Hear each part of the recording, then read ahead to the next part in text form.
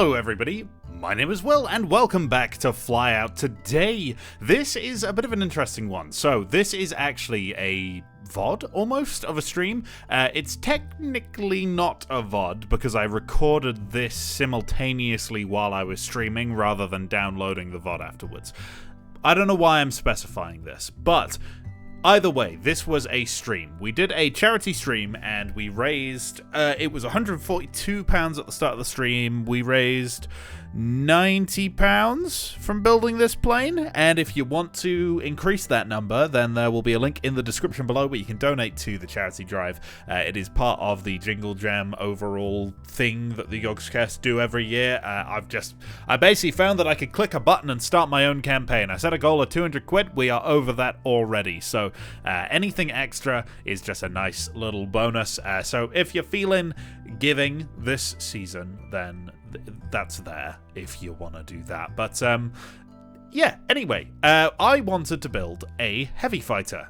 Something along the lines of the TA-154 or the Mosquito, and by that I mean the Mosquito or the Mosquito, because both of their nicknames were Mosquito. What I ended up with was something a little bit more along the lines of Japanese heavy fighter like the J1N. It kind of fits. Ultimately, it's two very big engines on a plane that's not significantly larger than a single-engined aircraft, but still has all of the, heavy weight of being an actual heavy fighter. So we put a 57mm gun on this thing, two 20mm cannons, two 1400 kilowatt engines, and basically went from there.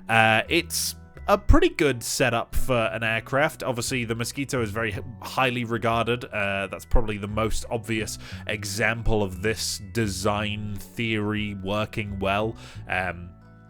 I definitely think this thing would have a couple more problems than the Mosquito, maybe, but it is what it is, and I decided to kind of include this as an aircraft that we can use for our fictional nation of Chisford, just because it kind of fits the vibe of the fighter we built a couple of episodes ago, which I can't remember the name of, which was a quite big single-engined fighter, somewhat along the lines of the P-47. So yeah, it fits the general aesthetic that was going for, and I'm quite happy with the way that both of these have turned out. So yeah, it's good. But generally speaking, the stream went very well. It was good, and obviously we've done good thing. You guys have done good thing. None of my money is going through the campaign. I should probably actually get the pack. You get a pack of games. That's something that I should clarify. If you donate over £35, you can get the Jingle Jam game pack through Tiltify, which includes a bunch of really cool games. For the King 2's on there. That's pretty good. Not quite as good as For the King 1, but it's acceptable. And it's a lot of games worth a lot more than £35 for only £35, so it's a win-win situation, really, isn't it? Speaking of win-win situations, World of Warships is adding asymmetric battles again, so upload schedule might go a little bit slower for a while. You're about to lose me. Oh my god, asymmetric battles are the best thing that Warships has ever done. Just make it permanent. Make it a permanent game mode. Please, I'm begging you, Wargaming. It is the one thing that I want, is just permanent asym. It's great. It's so much fun. There's nothing better than turning a corner in a German battleship and seeing your secondaries just go absolutely ham on a bunch of tier 7s. Amazing. It's so good. But yeah, that's probably what some of my time is going to be devoted to. I don't know if any content will be made of it. Probably not. It's not something that I imagine would do spectacularly well on the channel because yeah, it doesn't really fit with any of the things I do. I guess vehicles of war, it kind of fits that, but other than that, no, not really. Here's me doing some fancy canopy stuff. I'm getting better with fancy canopy stuff. It's been a struggle of mine the whole time that I've been playing Flyout. I've never been incredible at building cockpits, canopies, or the likes, and so this was a step in the right direction, I think. I'm getting better with it.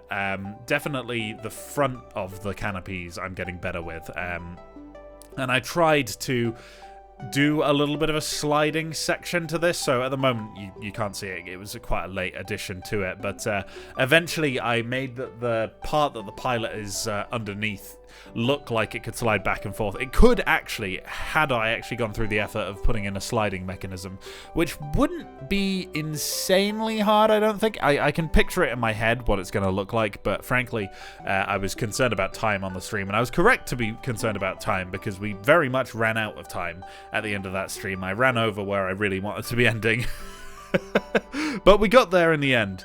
And also, it's getting towards season. Obviously it is gonna be the holidays soon for a lot of people, and I am looking to probably take a week or two off around the 25th, but I don't exactly know when that's gonna be yet, so I'll try and keep you updated. I might not do it in the end because there's this Trailmakers tournament, and I don't want to just upload nothing but the Trailmakers tournament for a couple of weeks, so maybe I won't take a break in the end. Maybe I'll just take it chill and just do stuff that I'm feeling the vibe of, and not force myself to do anything, which occasionally happens. This I can't lie, this plane was a bit forced. I set up the charity thing, did a Minecraft stream, which I was really feeling. I just did it on a whim. I was very burnt out that day, but in the end I was like, nah, I could do a Minecraft hardcore stream, and we raised obviously that first like 142 quid, which was lovely. And yeah, now we're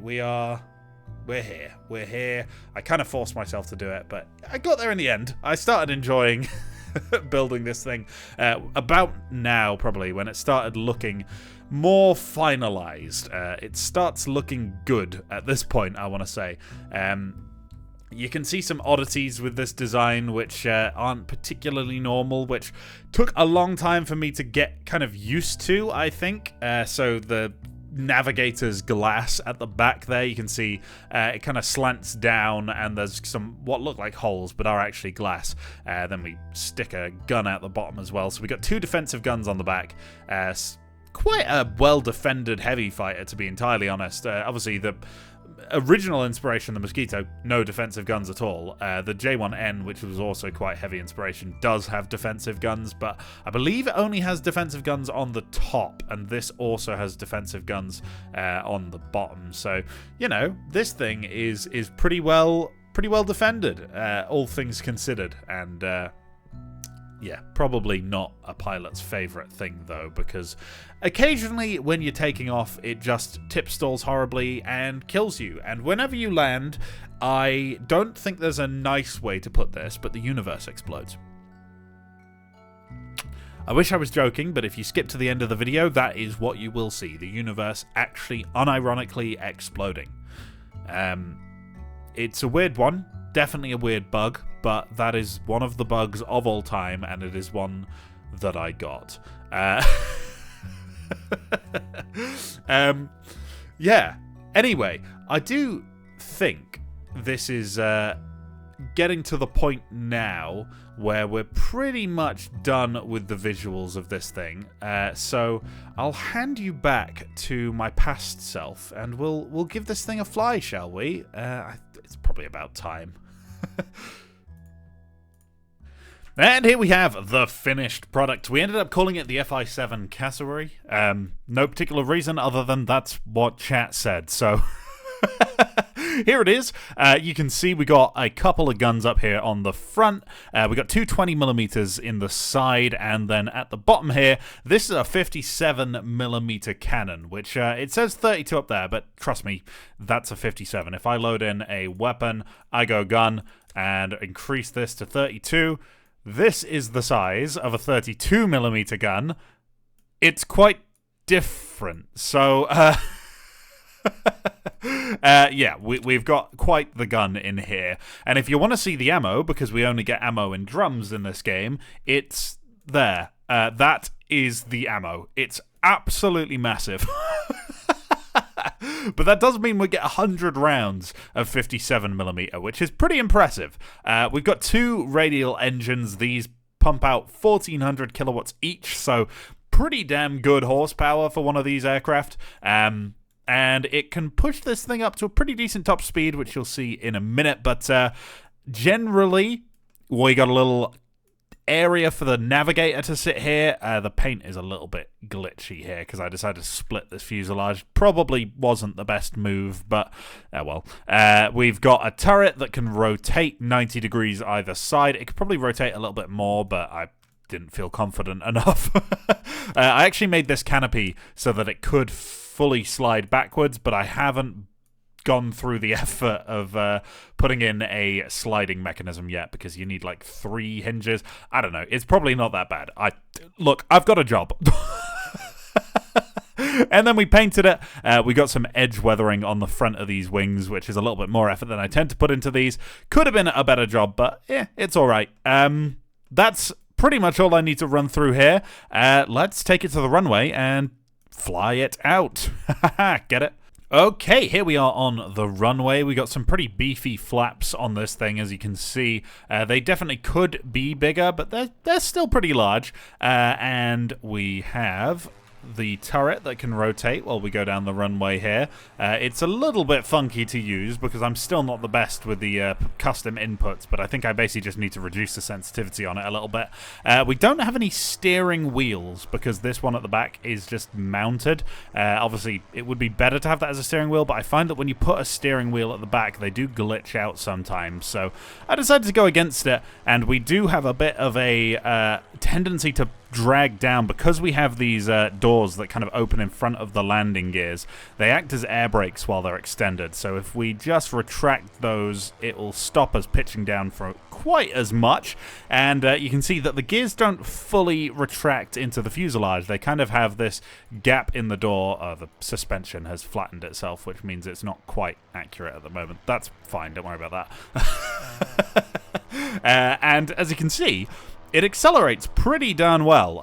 Anything with, 2 engines like this, and it only weighs 7 tons, which is heavy for a vehicle of its class, but not heavy for, 2-engined aircraft in general. Obviously, you've got things like the B-25 weighing in significantly more than that, and this has about the same horsepower and less drag, so you can see why this thing might get a good acceleration, and therefore also probably a good climb rate, which is definitely going to be useful for something like this, which is meant to be used as like a high-altitude or nighttime bomber interceptor. There's definitely also room in the front. Maybe if you took out like the 57 or the 20 mils, you could definitely get a radar in the nose of this thing, like an early war radar, like how the Germans, I think it's called the Liechtenstein radar, they stuck it out the front of ME-410s, Junkers 88s.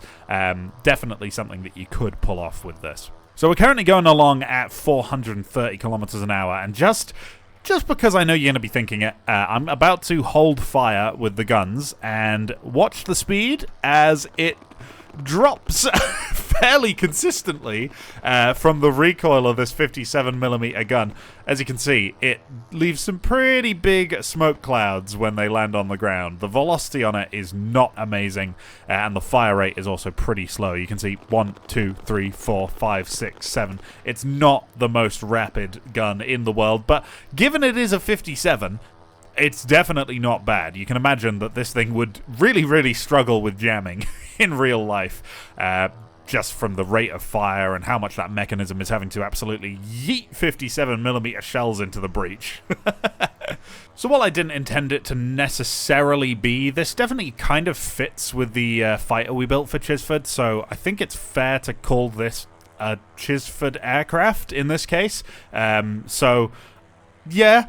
This fits in the old lineage there, and if you are keeping track, that does mean we've now got 2 aircraft from about the early to mid-war period, which we can add to our roster. Maybe one day I'll throw together a little tech tree graphic so that we can see everything that we've made for Chisford. But definitely a cool aircraft, this one. I really, really like this navigator window at the back. It's not, beautiful. You would definitely have a better look if you just brought the canopy back, but the utility of it all just feels good. I do really like this thing. So you can see here at sea level, we can pull about 500 kilometers an hour out of the bag with these engines going at full tilt. And with that, we get an hour and 40 minutes of flight time, which is pretty darn good. If you were cruising, let's say you're at 70% throttle, you can see you got 2 hours of loiter time with this thing, or, well, however much 2 hours minus your transit time is. So definitely not bad. And it is kind of befitting for an interceptor of this variety to have that kind of fuel capacity. So I'm really, really happy with how this one actually turned out. You can see the agility is not amazing. We can pull about 4.5 Gs initially and then about 4 Gs sustained, which is not the world's best turn time, but it's not the worst either. And generally, you're not worried too much about agility when it comes to big old heavy fighter interceptors like this. You're mostly worried about packing as much of a punch as you physically can at long range. I haven't done an interior for this thing, which is something that I would like to get into a habit of doing, but I ran out of time on the stream. But you can see we've got a little glass bit so that this guy down here can see. He's got one gun on the bottom, which he can use as defensive firepower if he needs to, although he's primarily not going to be the gunner. He's probably going to be combination bombardier and navigator, I would imagine. I didn't give the pilot any glass to look through because there's a 57mm gun in the way, so he's probably going to have to do the bombing himself back here. And then you've got your gunner and your pilot. As you can see, the gun takes a little while to rotate, but it can do 90 degrees either side, so that's not bad. And when we open fire, we have guns just brimming out of every single spot we could on this thing. This is really quite well defended, even though these defensive guns are only 7.92 equivalent. They had to go 8mm because the game doesn't let you do 7.92 in the files. Throws an error when you try and load it in, but I gave it a go. It really is a good look at this thing. I am quite happy with it in the end. If you were there for the stream, you know that was definitely not the case for a good period of it. I was very much not liking how it looked originally. It was very tall, very kind of clumsy looking, but we got there in the end, and we got what I wanted, which is this kind of almost sleek look. You can see if you look from this kind of an angle, it does feel quite sleek. When you look straight side on, you can tell it's a big old aircraft. It's got a big old gun stuck in there. Ultimately you need space for all of that stuff, but it's Mosquito-esque in size, which is ultimately what we're going for, without compromising on the defensive armament, or, for that matter, the offensive armament. I have seen that there's a mod being made where you can actually dogfight, which would be really good fun with this 57mm gun, trying to get a kill with it, but I haven't got it installed, and I don't know if it's really working properly yet, so for now, that's pretty much all there is to say about this thing. We can't shoot anything down, and we can't kill ground vehicles with a 57mm, even though you'd think it would be able to, just because I don't think the tank can even be killed by guns. I think it has to be the AGMs or rockets, so it is what it is, but we'll just bring it in for a landing and see how easy it is to do that, and we'll call it for the day. When you do get down to the low speeds with this thing, it does get a little bit funky to fly. Definitely not going to be one for the beginner pilot here.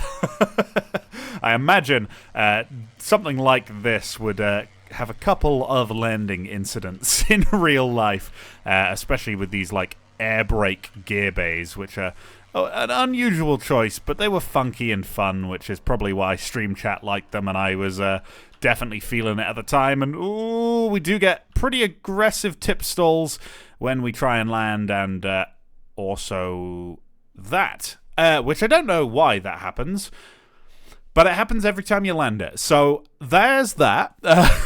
Let's just restart so we have something to look at while I say my goodbyes.